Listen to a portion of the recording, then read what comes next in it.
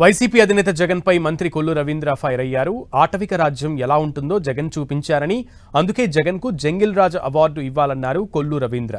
రాష్ట్రంలో బూతులు తిట్టిన సంస్కృతి వైసీపీ పార్టీదేనంటూ విమర్శించారు.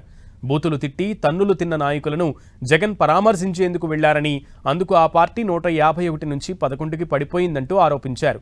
అసలు 25 కిలోమీటర్ల దూరానికి గంటల కొద్దీ ప్రయాణం ఎందుకని ప్రశ్నించారు. అంటే ఒక రకం బూతులు మాట్లాడి రెచ్చగొట్టి తన్నులు తిని దెబ్బలు తిన్నటువంటి వ్యక్తుల్ని పరామర్శ పేరుతో ఇవాళ కొత్త రాజకీయం చేయాలని ప్రయత్నం చేస్తున్నాడు. ఆయన ప్రయాణం చేసేది ఒక 20-25 కిలోమీటర్లు అయితే 24 గంటల ప్రయాణం. అంటే ఒక రకమైనటువంటి హైప్ క్రియేట్ చేసుకోసం ప్రయత్నం చేస్తున్నాడు.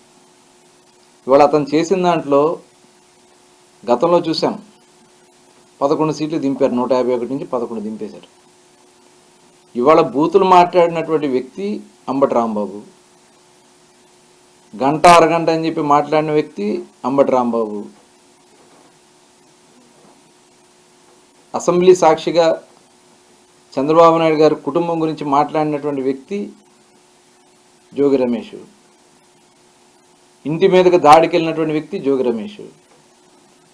మొన్న కూడా చాలా ఘోరంగా అతను మాట్లాడితే కార్యక్రమాలు చేస్తే అక్కడ జరిగినటువంటి సందర్భంలో ఇవాళ మీరు ఏ మొహం పెట్టుకెళ్తున్నారు? జగన్మోహన్ రెడ్డి గారు